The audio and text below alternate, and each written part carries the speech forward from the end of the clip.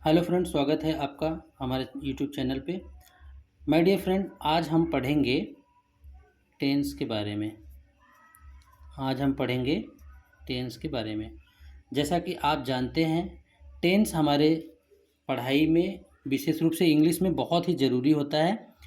तो बिना देर किए आइए हम शुरू कर लेते हैं टेंस को।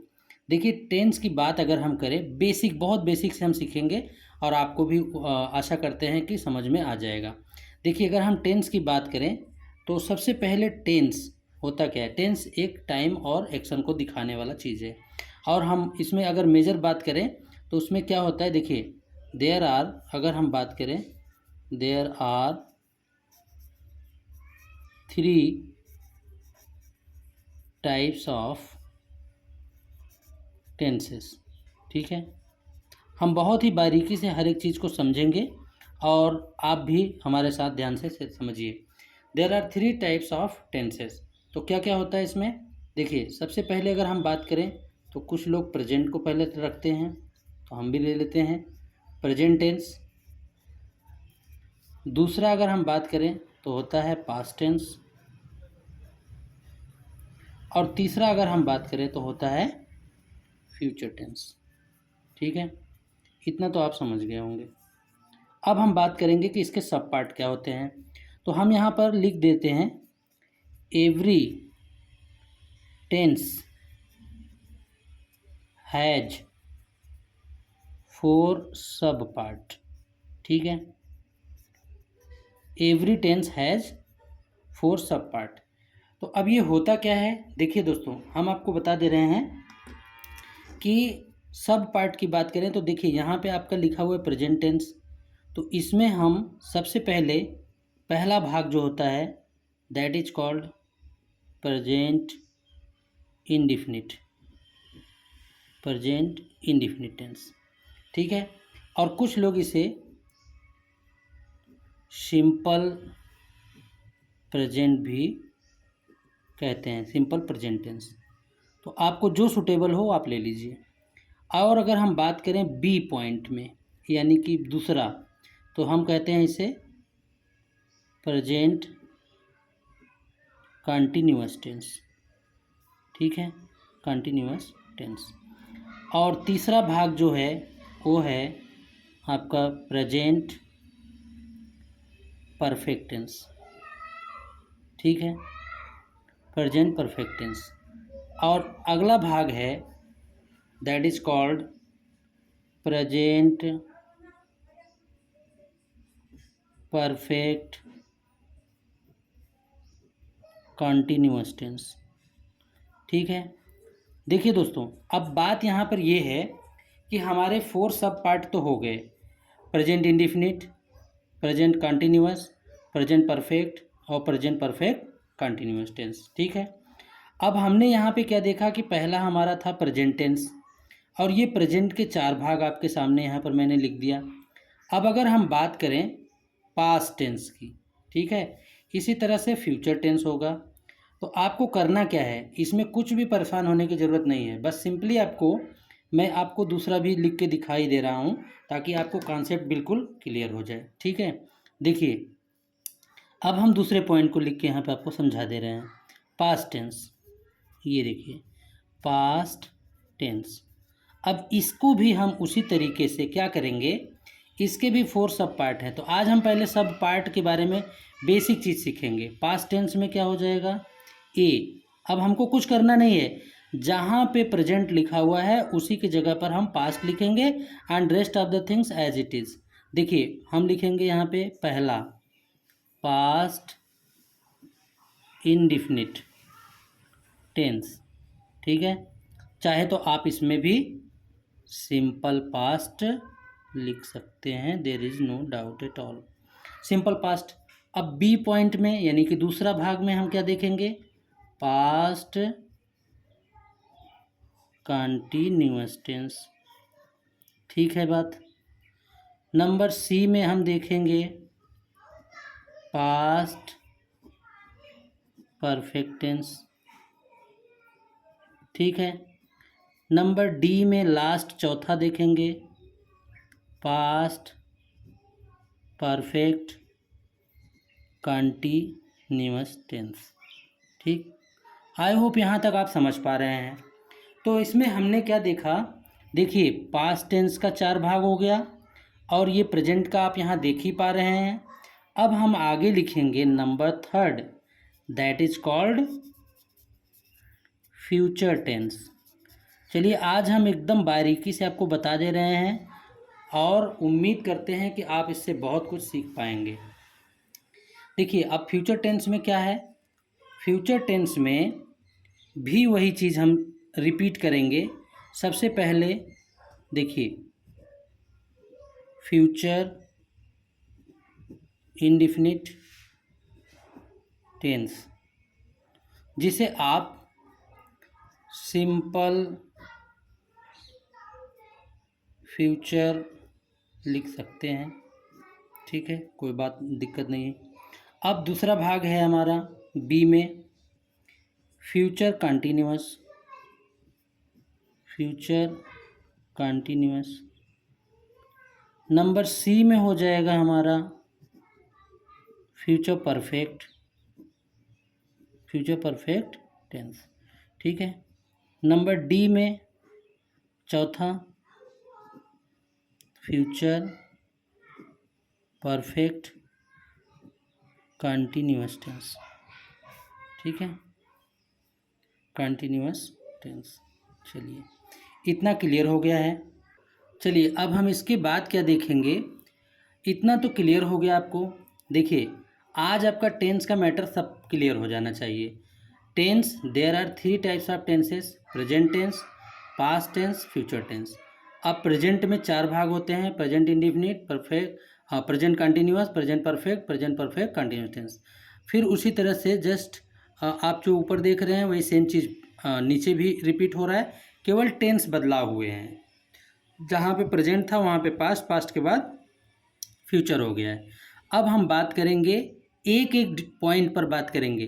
देखिए आज बहुत सारे लोगों का कॉन्सेप्ट गड़बड़ हो जाता है, इसलिए कि उनको ये नहीं पता चल पाता कि कौन सा टेंस का पहचान क्या है। तो सबसे पहले हम आज एक टेंस को लगभग क्लियर कर लेते हैं। तो आइए हम शुरू करते हैं। पहला, that is called present indefinite tense. तो हम प्रेजेंट इंडेफिनिट को यहाँ पर शुरू करेंगे।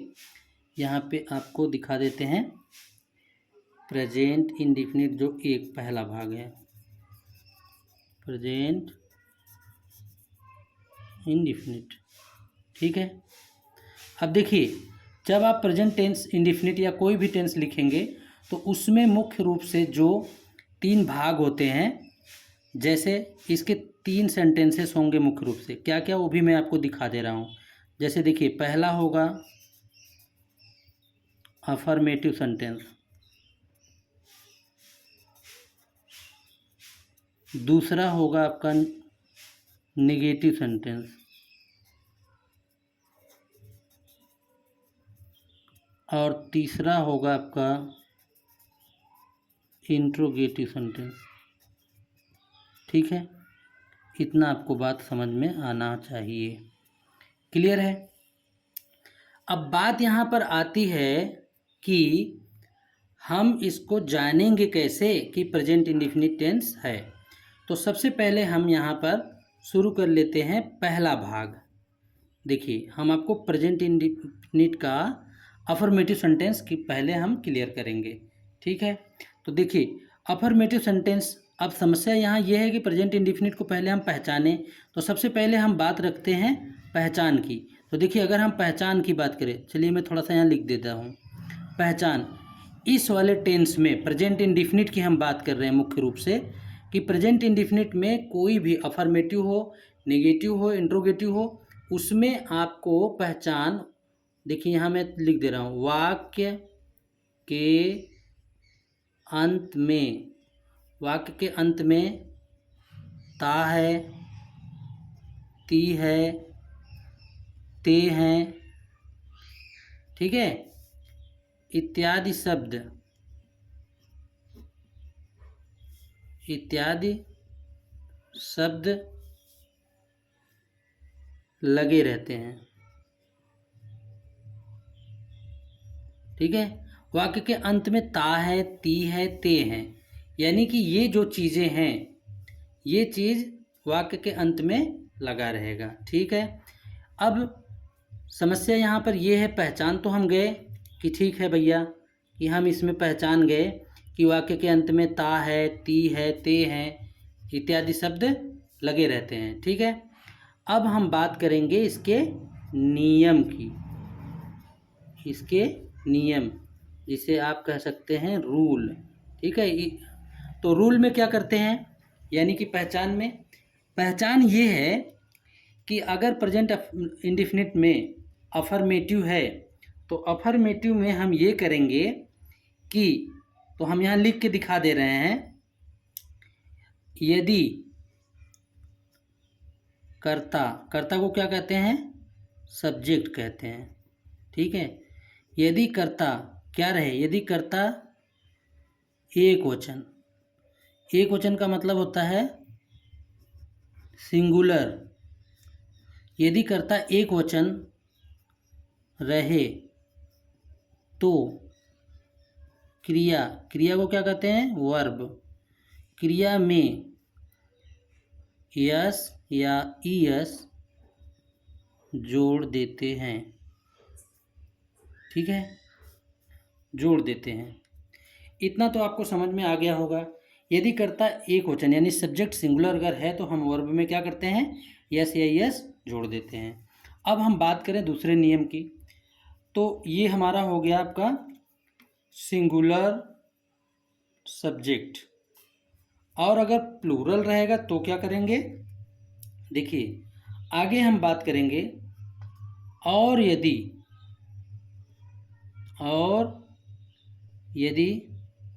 कर्ता, अब कर्ता को आप समझ लीजिए, कर्ता को सब्जेक्ट कहते हैं, और यदि कर्ता, चलिए हम यहाँ लिख भी दे रहे हैं, यदि कर्ता प्लूरल यानी कि बहुवचन, ठीक है, और यदि कर्ता बहुवचन में रहे तो उसमें यस या ईएस, ठीक है, यस या ईएस नहीं जोड़ते, तो क्या करते हैं, बल्कि उस वर्ब को यानी कि क्रिया को, उस वर्ब को ज्यों का त्यों लिख देते हैं। ठीक है, अब हम यहाँ पर एक एग्जाम्पल करके देखेंगे। ठीक है, अब आपको आई होप इतना समझ में आ गया होगा, प्रेजेंट इंडेफिनिट टेंस में पहचान, वाक्य के अंत में ता है, ती है, ते हैं इत्यादि शब्द क्या करते हैं, लगे रहते हैं वाक्य के अंत में। अब ये मैंने नियम आपका क्लियर करा दिया। अब हम एग्जाम्पल ले लेते हैं, उदाहरण करके दिखा देते हैं आपको। ठीक है, एग्जाम्पल ले लेते हैं। अब ये एग्जाम्पल क्या है आइए देख लेते हैं। जैसे देखिए, अगर हम बात करें, अच्छा एक बात और है, पहले हम आपको सिंगुलर सब्जेक्ट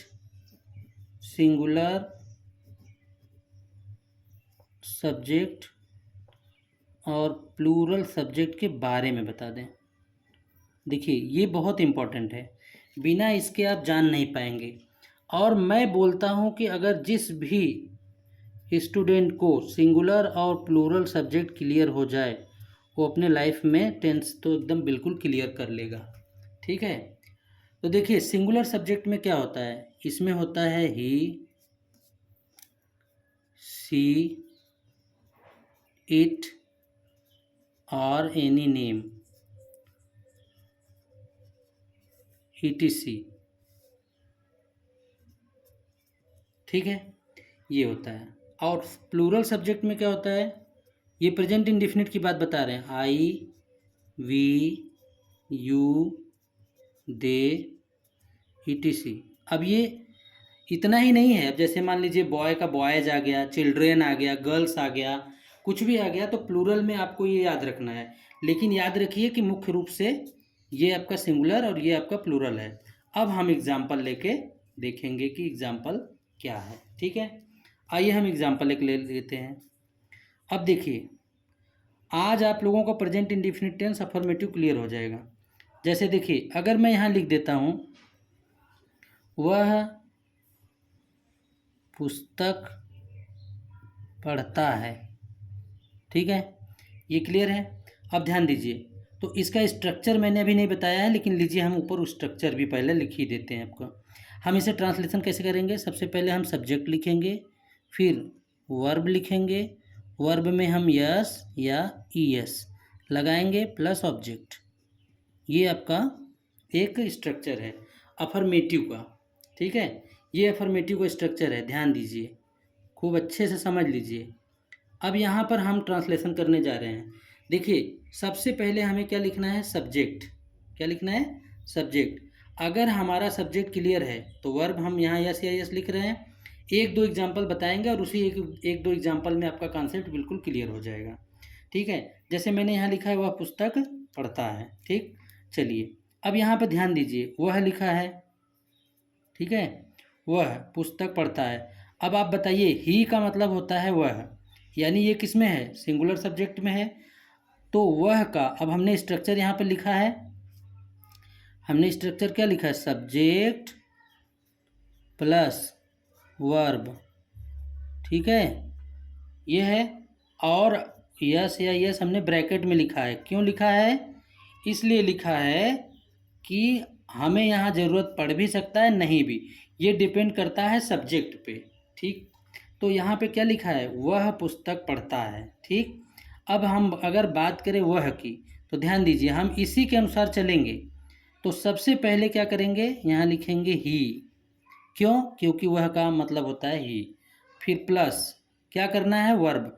वर्ब क्या है? वर्ब उसी को हम कहते हैं जिस वाक्य के अंत में ता ते ती जुड़ा रहता है। जैसे यहाँ लिखा है पढ़ता है, तो यहाँ पढ़ना का अंग्रेजी क्या होगा? रीड होगा, ठीक। अब चूंकि ये सब्जेक्ट सिंगुलर है, ध्यान दीजिए, ये सब्जेक्ट सिंगुलर है, तो हमने ऊपर क्या पढ़ा था?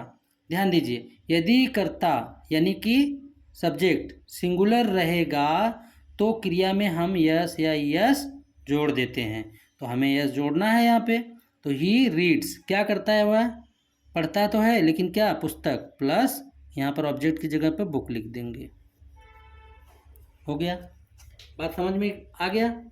अब एक और एग्जांपल लेके देख लेते हैं। हाँ, कुछ बच्चों का ऐसा कहना रहता है कि सर कहाँ पे हम जोड़ें यस, कहाँ पे यस। तो ये तो बड़ा सिंपल और कॉमन बात है कि अगर आपका कोई भी वर्ब के लास्ट में वॉवेल है, यानी कि ए ई आई ओ यू लास्ट में रहता है, जैसे गो है, ठीक है। हम आपको एक ठो यहाँ पर दिखा दे रहे हैं। जैसे मान लीजिए गो है, तो आप गो के लास्ट में ओ है, तो इसमें हम ई एस जोड़ते हैं। जैसे कुछ बच्चे पूछते हैं ना कि कहाँ पे एस लगाएं, कहाँ पे ई एस, तो जहाँ पे ओ है वहाँ पे ई एस। अब जैसे रीड है, डी कॉन्सोनेंट है, तो इसमें हम एस जोड़ेंगे, लेकिन गो है तो ई एस। तो ये भी आप ध्यान दीजिए, साइड में हम बता दे रहे हैं। ही रीड्स बुक, या अ बुक भी कर सकते हैं, कोई दिक्कत नहीं है, ठीक। अब देखिए, एक और एग्जाम्पल मैं करके दिखा दे रहा हूँ आपको अफर्मेटिव का। आज हम अफर्मेटिव आपको क्लियर करा दे रहे हैं, बिल्कुल कॉन्सेप्ट क्लियर कर लो, कोई दिक्कत नहीं होना चाहिए। जैसे मान लीजिए यहाँ पे मैं किसी का नाम लिख दूँ, या प्लूरल करके देखते हैं। जैसे मान लीजिए मैंने यहाँ लिख दिया, वे लोग घर जाते हैं, घर जाते हैं, ठीक है, इतना क्लियर है। वे लोग घर जाते हैं। अब देखो, वे लोग सब्जेक्ट है, जाते, यानी एक चीज़ आप याद कर लीजिए हमेशा के लिए, आपका समस्या दूर हो जाएगा। अगर आपका ता ते ती जिसमें लगा है वही है वर्ब, यानी कि दूसरे नंबर पर हम लिखेंगे। पहला नंबर हमारा सब्जेक्ट होगा, ये दूसरा नंबर होगा वर्ब, और तीसरा नंबर होगा ऑब्जेक्ट। ये बहुत ही बेसिक कॉन्सेप्ट में बता रहा हूँ स्टूडेंट, ताकि आप लोग अभी जो टेंस का प्रॉब्लम होता है, देखिए टेंस कहाँ कहाँ समस्या करता है। आपको चाहे नरेशन पढ़ना हो, रीडिंग कॉम्प्रीहेंशन हो, चाहे लेटर लिखना हो, चाहे कुछ भी हो, पैराग्राफ राइटिंग हो, डायरी राइटिंग हो, हर जगह पर आपको ये काम भी देता है, और इसकी न जानकारी होने की वजह से समस्याएं भी होती है, ठीक है। वे लोग घर जाते हैं, ठीक। अब देखिए, वे रहे या वे लोग, दोनों सेम है, तो वे लोग का हम क्या लिखेंगे? दे। अब आप बताइए, दे सिंगुलर है कि प्लूरल है? अब आप यहाँ देख लीजिए, आई वी यू दे, ठीक है, दे प्लूरल है, यहाँ पे मैंने लिखा है। अब यहाँ रूल देख लीजिए, और यदि कर्ता यानी यहाँ पे 1 मिनट मैं आपको अंडरलाइन करके दे देता हूँ। यदि कर्ता यानी कि सब्जेक्ट प्लूरल में रहे तो उसमें यस या यस एकदम स्पष्ट लिखा है, नहीं जोड़ते, बल्कि उस वर्ब यानी क्रिया को ज्यों का त्यों लिख देते हैं। Is that clear? चलिए अब आगे हम बढ़ते हैं। तो अब इसको ट्रांसलेशन कर लेते हैं। वे लोग घर जाते हैं, तो अब इसका ट्रांसलेशन हो जाएगा, पहले दे लिखेंगे, सब्जेक्ट हो गया, फिर क्या करते हैं जाते, तो दूसरा नंबर वर्ब उसी को जानेंगे हम जिसमें तातेती जुड़ा है। तो दे गो टू हाउस। आई बात समझ में? इतना क्लियर हो गया। चलिए आज हमने पढ़ा है my dear student present indefinite का अफर्मेटिव, और फिर हम अब आगे जल्दी जल्दी इसको हम अगला वीडियो अपलोड करेंगे, तो उसमें आप लोगों को नेगेटिव और इंट्रोगेटिव एक साथ क्लियर करा देंगे। तो आपका ये प्रेजेंट इंडेफिनिट हो जाएगा लगभग ख़त्म, और उसके हम स्ट्रक्चर भी बताते चलेंगे, पहचान भी बताते चलेंगे, सारे रूल्स आपका कंसेप्ट करा देंगे एक अगला वीडियो जो होगा प्रेजेंट में। और धीरे धीरे हम कुछ भाग में सारा टेंस क्लियर कर लेंगे। उसके बाद आप देखेंगे कि टेंस की जो समस्या आपकी बनी हुई है, आपका समस्या एकदम ख़त्म हो जाएगा।